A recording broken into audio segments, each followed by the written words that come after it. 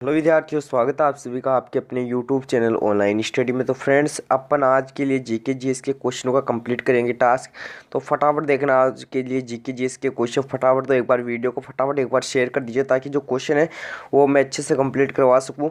तो देखिए, आज के जो क्वेश्चन है दोस्तों वो PYQ क्वेश्चन है। रोजाना मैं आपको PYQ क्वेश्चन करवाता हूँ। आज PYQ के अलावा कुछ ऐसे क्वेश्चन भी है जो कि आपके एग्जाम से ज़्यादा संबंधित मोस्ट इंपॉर्टेंट क्वेश्चन, जो कि आपके ऑल एग्जाम के लिए मोस्ट इंपॉर्टेंट है। देखिए, पहला प्रश्न क्या दे रखा है।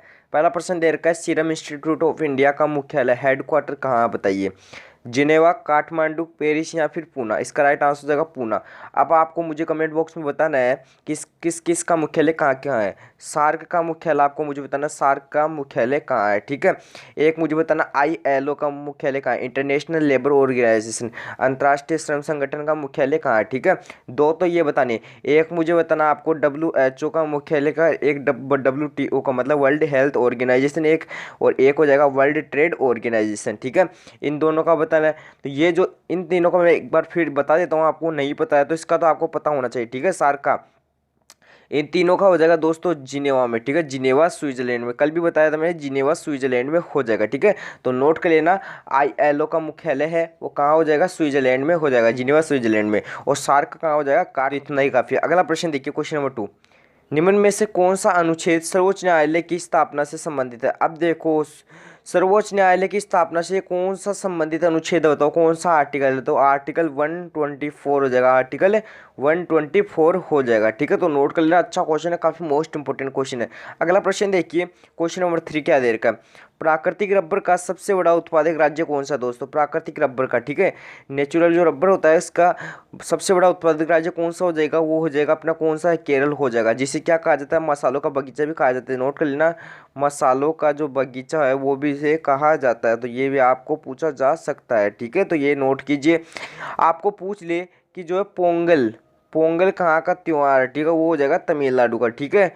और यदि बात करूँ बिहू, बिहू कहाँ का लोक नृत्य, वो हो जाएगा यहाँ का, ठीक है, असम का। तो ये भी आप नोट कर लीजिएगा। और मुझे बताइए आप कमेंट बॉक्स में, चीनी का कटोरा किस राज्य को कहते हैं, चीनी का कटोरा किस राज्य को कहते हैं बताओ। और चीनी का कटोरा किस देश और राज्य दोनों बताइए मुझे, मैंने करवाया हुआ क्वेश्चन है, देश और राज्य दोनों को बताइए।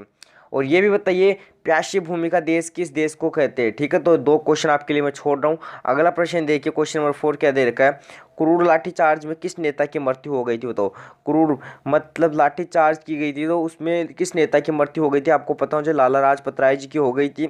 और ये कब हुआ था, साइमन कमीशन के दौरान हुआ था, साइमन कमीशन के दौरान हुआ था, ये आप नोट कीजिएगा, ठीक है। साइमन कमीशन के दौरान हुआ था, ये आप नोट कर लीजिएगा, ठीक है। बाल गंगाधर तिलक की बात करें तो इन्होंने home rule league momentum start किया था। इनका पूछा था होम रूल लीग मोमेंट 1916 का, ठीक है। ये इनका महत्वपूर्ण जो है आंदोलन था, ठीक है। तो ये आप याद रखना। विपिन चंद्र पाल जी की बात करें कि लाला लाजपत राय जी, विपिन चंद्र पाल जी और बाल गंगाधर तिलक को जाना जाता है लाल बाल पाल के नाम से जाना जाता है, ठीक है। इनका महत्वपूर्ण योगदान था साइमन कमीशन के विरुद्ध जो है क्रूर लाठीचार्ज के काम में जो है लाला लाजपत राय जी की मृत्यु हो गई थी। तो इनका क्वेश्चन याद रखना है। अब देखते हैं दोस्तों कि जो है कि मोतीलाल नेहरू जी का क्या योगदान है।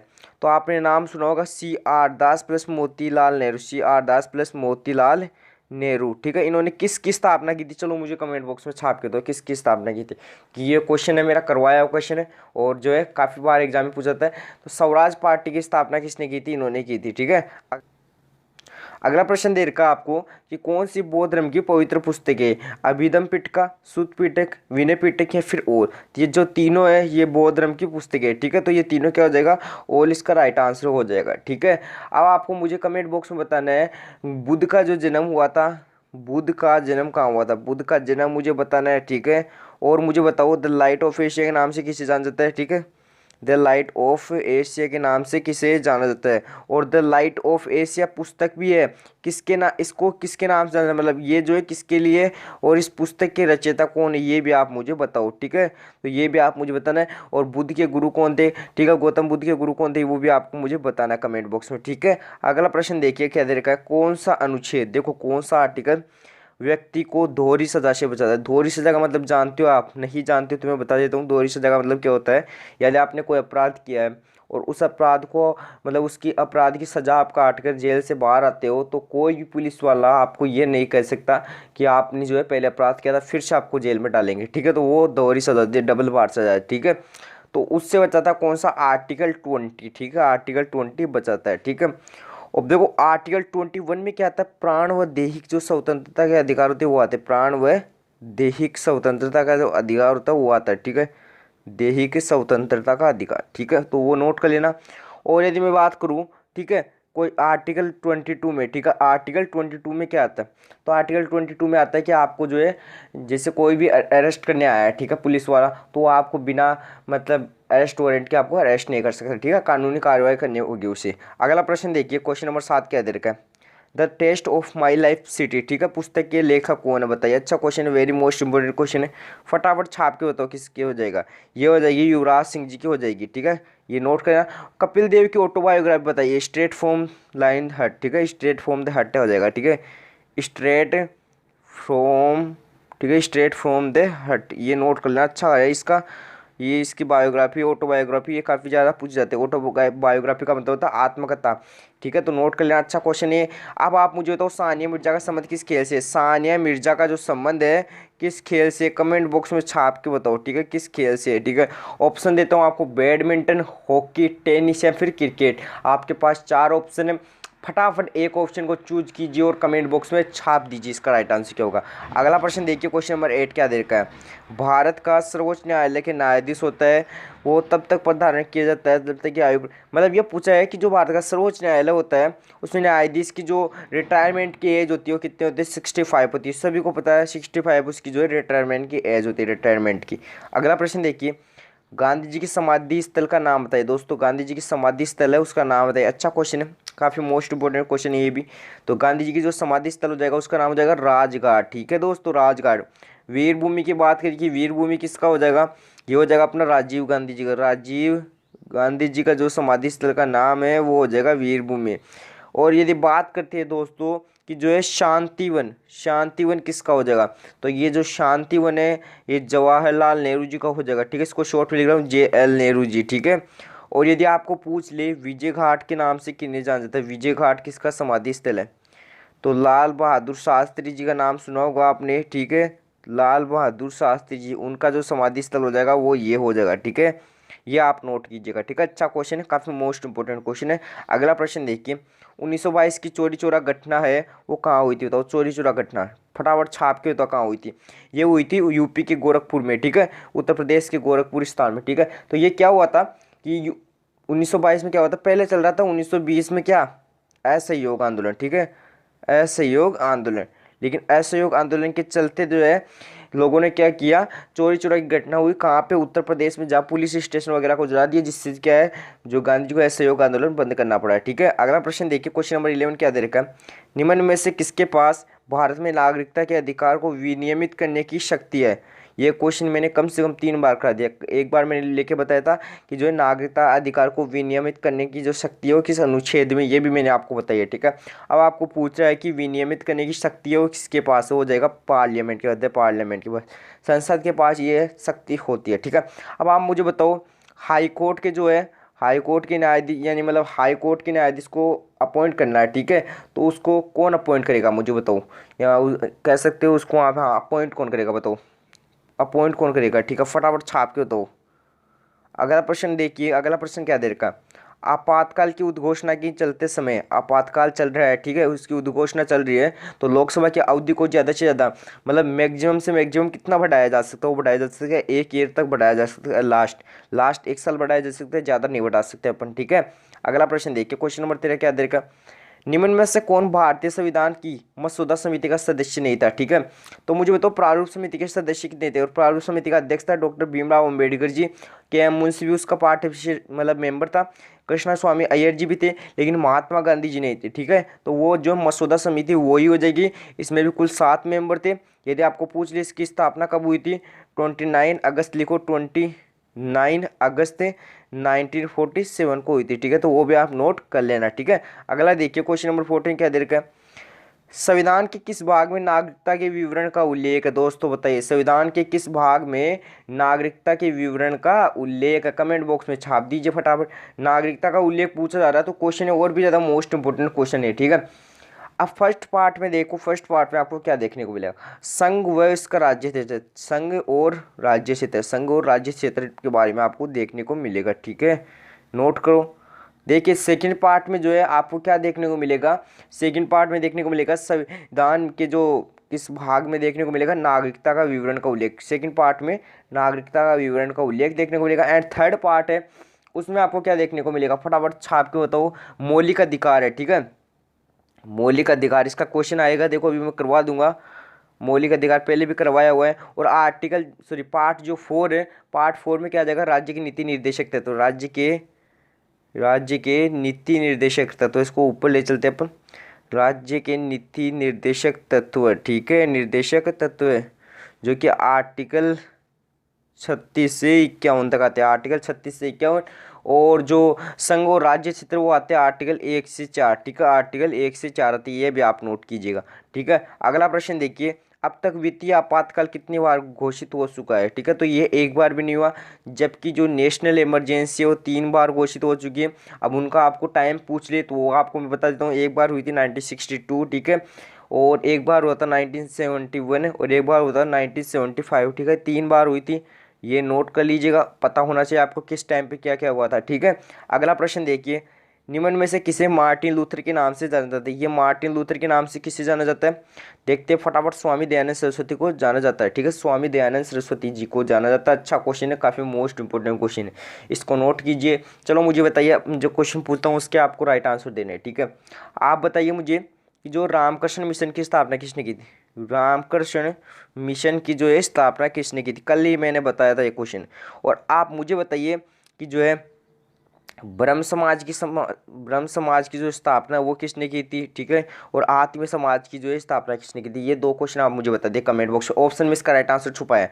अगला प्रश्न देखिए, क्वेश्चन नंबर 17 क्या दे रखा है, आत्म सभा के संस्थापक, आत्म सभा के संस्थापक, फटाफट दीजिए, इसका राइट आंसर क्या हो जाएगा, आत्म सभा के संस्थापक कौन हो जाएंगे। अभी मैंने ये क्वेश्चन आपसे पूछा है, आत्म सभा के संस्थापक कौन जाएगा, ऑप्शन देता हूँ, देवेंद्र नाथ टैगोर, ठीक है, केशव चंद्र सेन, ठीक है,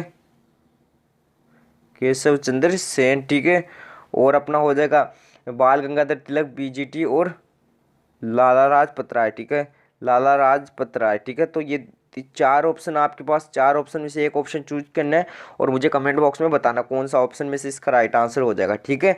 देखो दोस्तों, आत्मीय सभा के संस्थापक पूछा जा रहा है, ठीक है, तो वो आपको सोच के विचार के आपको कुछ भी करके सही से बताना, ठीक है, गलत मत कर देना क्वेश्चन को, ठीक है। अगला प्रश्न देखिए क्या दे रखा है, निम्न में से किसने 1848 में 1848 में लोक निर्माण विभाग की शुरुआत की थी, बताओ, लोक निर्माण विभाग की शुरुआत करने वाला कौन था, कौन सा वायसराय था, बताओ। तो ये लॉर्ड डलहौजी ये हो जाएंगे, ठीक है, लॉर्ड डलहौजी हो जाएंगे, ठीक है, जो कि क्या थे, इन्होंने क्या किया था, 1848 में लोक निर्माण विभाग की शुरुआत की थी।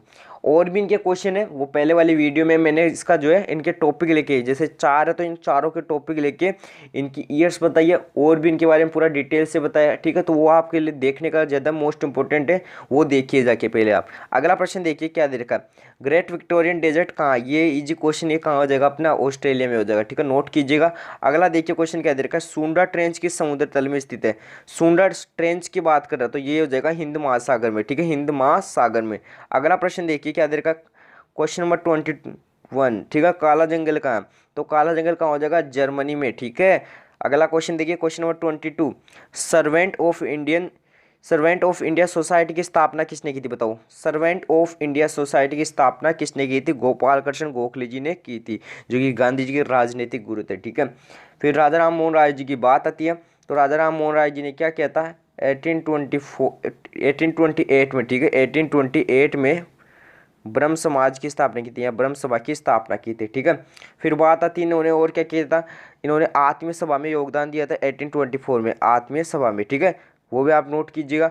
एक क्वेश्चन आपको क्या पूछा जाता है, एक क्वेश्चन आपको पूछ ले कि जो लाला लाजपत राय जी के बारे में, लाला लाजपत राय जी के बारे में आपको क्वेश्चन पूछ ले तो आपको क्या बताना है इसका, तो लाला लाजपत राय जी के आपको बारे में कुछ, सॉरी ये बाल गंगाधर तिलक का नहीं आएगा, ये राजा राम मोहन राय जी का आएगा, ठीक है, इसको नोट कीजिएगा, यहाँ पे इसको जो है यूँ घुमा लेना, ठीक है, ये क्योंकि राजा राम मोहन राय जी के बारे में अपन बात करें तो ब्रह्म समाज की स्थापना की और 1824 में इन्होंने आत्मीय सभा में भी काफ़ी अच्छा योगदान दिया था।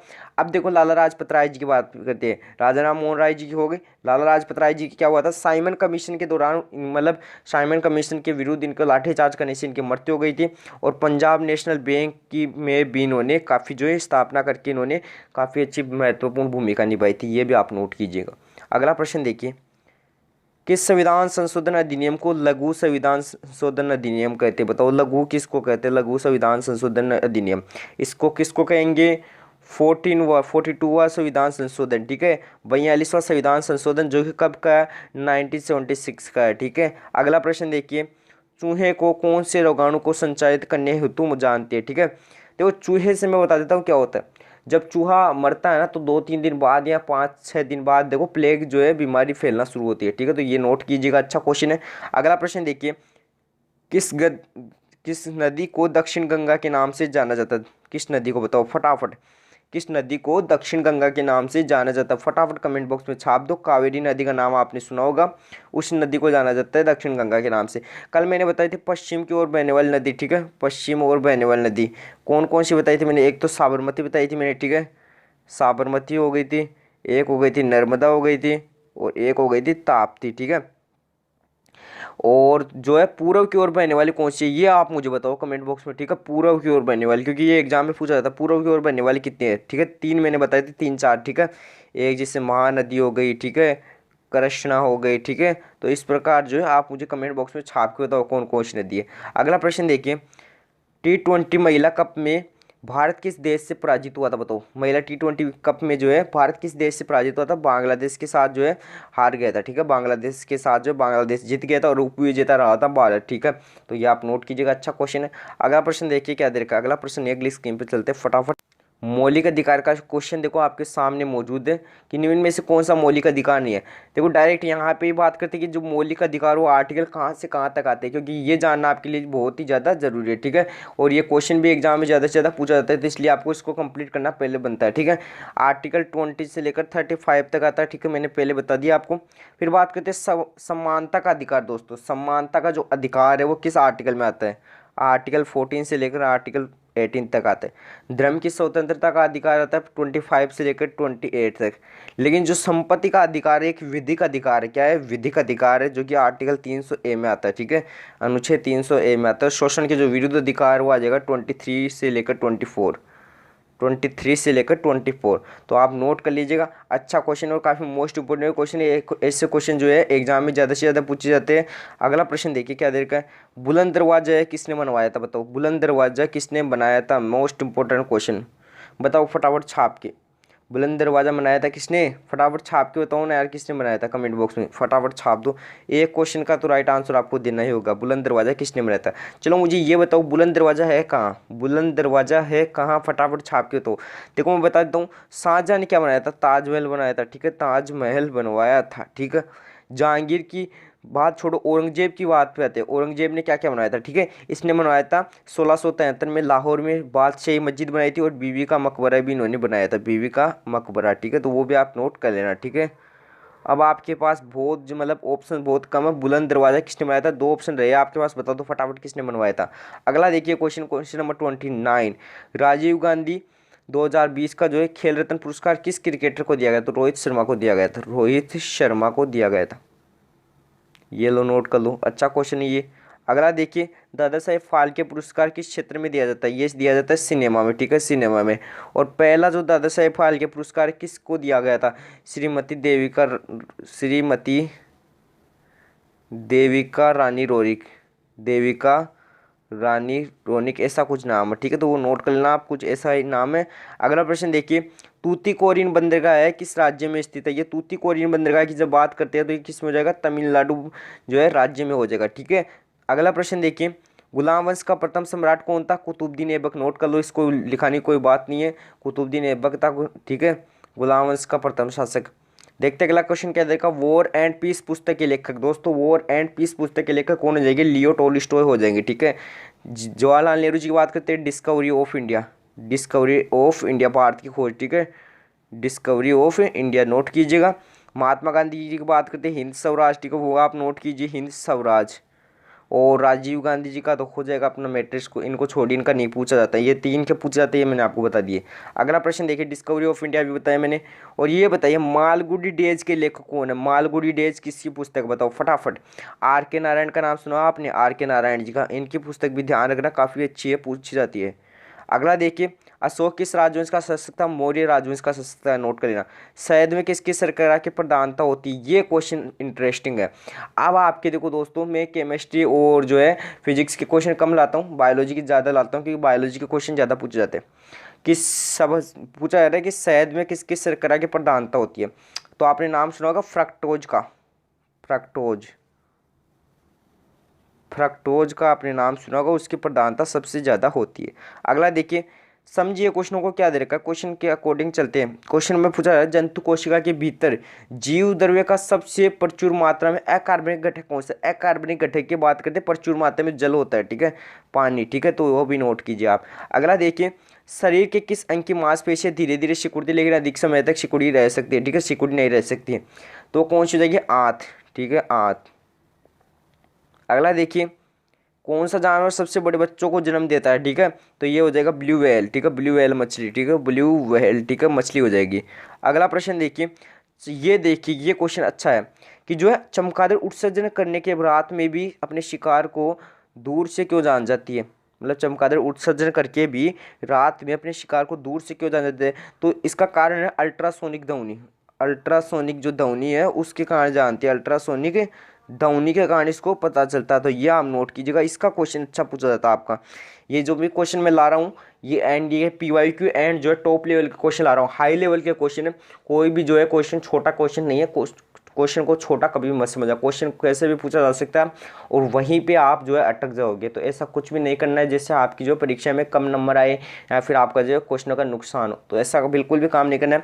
क्वेश्चन कैसे लगे आपको मुझे बताना फटाफट, और क्वेश्चनों का टास्क कैसा लगा। और भी मैं क्वेश्चन लाऊंगा, कल की जो क्लास ज़्यादा बड़ी होगी तो उस क्लास में आप सभी को अटेंड करना है, और कल की क्लास में इतने मोस्ट इंपॉर्टेंट क्वेश्चन करवाऊंगा। लेकिन याद रखना फटाफट चलेंगे अपन, जो है ज़्यादा टाइम नहीं लेंगे। कल की क्लास में अपन करेंगे 50+ क्वेश्चन। वैसे जो 50+ रोजाना होते हैं, लेकिन इस प्रकार जो है क्वेश्चन दिखेंगे 50 आपको, ठीक है। अदर्स आपके 100 तक क्वेश्चन हो जाएंगे, कोई बात नहीं, मैं करवा दूंगा। और ये भी बता देना मुझे कि जो है स्टेट के जो है CM और जो है चीफ वगैरह जो बताने हैं या नहीं बताने, वो मुझे कमेंट बॉक्स में बता देना। Thank you and thanks for watching my video, thank you.